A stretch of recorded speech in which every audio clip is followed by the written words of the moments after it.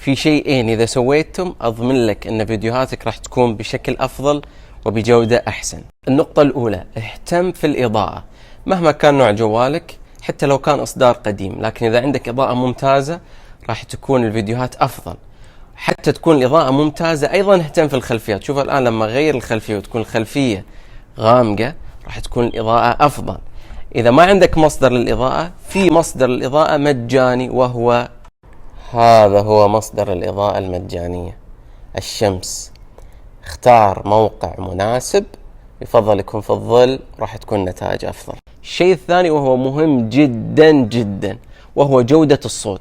حتى يكون الصوت جيد ونقي أنصحك باستخدام لاقطة أو السماعات اللي يكون معها ميكروفون، راح يكون الصوت أنقى وأفضل ويقلل من الفوضى الخارجية. شوفوا لحظة الآن راح أفصل الميكروفون، يكون الصوت ما هو بنفس الجودة وراح يكون الصوت بعيد.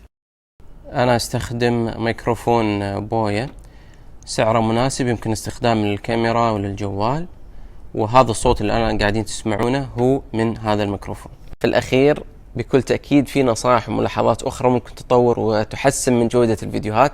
لو عندك أي اقتراح أو ملاحظة أو نصيحة شاركنا حتى نشاركها الآخرين. وأعتقد على قمة الملاحظات والنصائح هي المحتوى القيم هو أهم من كل شيء، حتى تكون فيديوهاتك فعلا ذات جودة وقيمة للآخرين.